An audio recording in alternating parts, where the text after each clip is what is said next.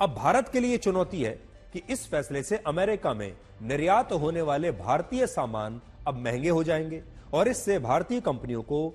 बड़े नुकसान होने की आशंका है, क्योंकि जैसे ही एक सामान अगर भारत का 100 रुपए में वहां बिक रहा है तो अब उसकी जो कीमत है वो 150 रुपए हो जाएगी और जैसे ही वो सामान महंगा होगा उसकी बिक्री पर असर पड़ेगा और बिक्री पर असर पड़ेगा तो इसका मतलब वो जो कंपनी है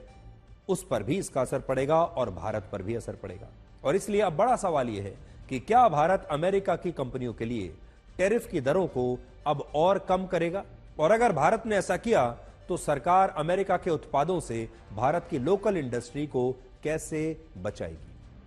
उदाहरण के लिए अगर इलॉन मस्क की कंपनी टेस्ला की गाड़ियां भारत में 20 से 25 लाख रुपए में बिकने लगी